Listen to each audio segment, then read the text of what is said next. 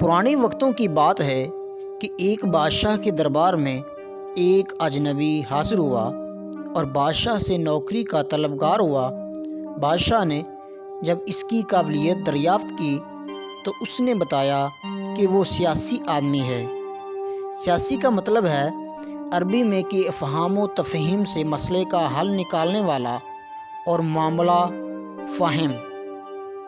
بادشاہ کے پاس پہلے ہی سیاست دانوں کی لمبی قطار تھی، لیکن اتفاق سے اس کے استبل کا رکھوالا فوت ہو چکا تھا۔ چنانچہ بادشاہ نے اسے اپنا خاص استبل کا رکھوالا بنا لیا۔ کچھ دن بعد بادشاہ نے اس شخص سے اپنے سب سے عزیز گھوڑے کے بارے میں دریافت کیا تو اس نے کہا کہ یہ گھوڑا نسلی نہیں ہے۔ بادشاہ نے وہ گھوڑا بڑا مہنگا خریدا تھا، چنانچہ بادشاہ نے اس شخص کو حاضر کرنے کا حکم صادر کیا جو دور کہیں جنگل میں گھوڑے سدھارنے اور سدھار کر بیچنے کا کاروبار کرتا تھا۔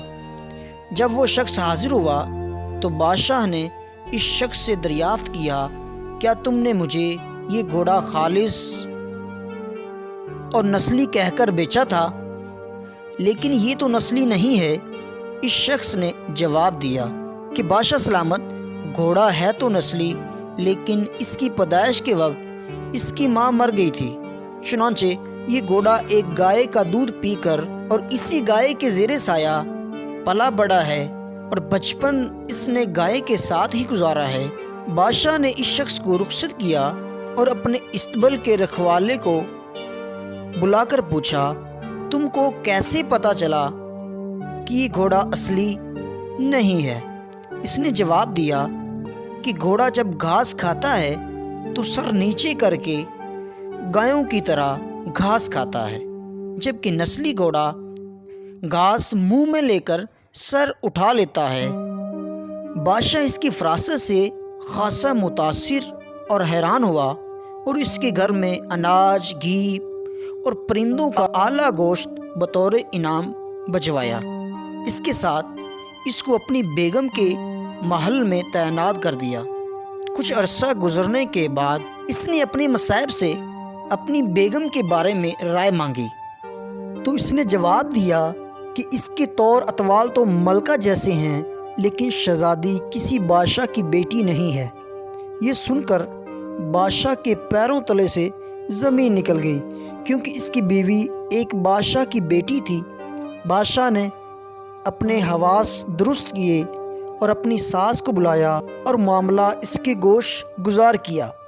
بادشاہ کی ساس نے اسے جواب دیا کہ حقیقت یہ ہے کہ تمہارے باپ نے میرے میاں سے ہماری بیٹی کی پیدائش پر ہی اس کا رشتہ مانگ لیا تھا، لیکن ہماری بیٹی 2 ماہ کی عمر میں فوت ہو گئی۔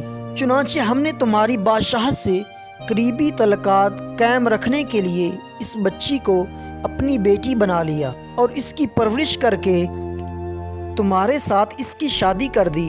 بادشاہ نے مصائب سے دریافت کیا کہ تم کو کیسے پتا چلا کہ میری بیوی شہزادی نہیں ہے؟ اس نے کہا کہ اس کا سلوک خادموں کے ساتھ ٹھیک نہیں اور بادشاہ اس طرح نہیں کرتے۔ بادشاہ اپنے مصائب کی فراست سے مزید متاثر ہوا اور بہت سا اناج اور بھیڑ بکریاں بطور انعام اس مصائب کو دے اور اس کے ساتھ اس نے اپنے دربار میں تعینات کر دیا۔ کچھ عرصہ گزرنے کے بعد اس نے اپنے اسی مصائب سے اپنے بارے میں دریافت کیا۔ مصائب نے کہا کہ اگر جان کی امان پاؤں تو عرض کروں؟ بادشاہ نے اس کی جان کی امان کا وعدہ کیا تو اس نے کہا کہ تم ہو تو بادشاہ، لیکن نہ تم بادشاہ کے بچے ہو، نہ تمہارا چال چلن بادشاہوں جیسا ہے۔ یہ سن کر بادشاہ کے پاؤں تلے زمین نکل گئی۔ امان کا وعدہ وہ پہلے ہی دے چکا تھا، چنانچہ وہ اس غلطی کو بھی سلجھانے اپنی والدہ کے محل جا پہنچا تاکہ پتہ چلے کہ ماجرا کیا ہے۔ اس کی والدہ نے اس کی بات سن کر کہا، ہاں تم بادشاہ کے نہیں بلکہ ایک چرواہے کے بیٹے ہو۔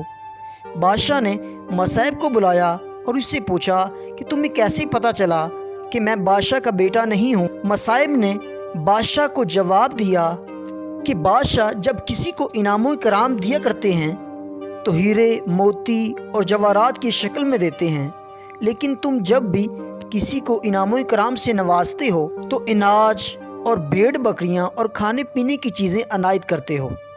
یہ اسلوب کسی بادشاہ کے بیٹے کا نہیں بلکہ کسی چرواہے کے بیٹے کا ہی ہو سکتا ہے۔ مزید سٹوریز کے لیے ہمارے چینل کو سبسکرائب کریں اور بیل کے آئیکن کو لازمی پریس کریں۔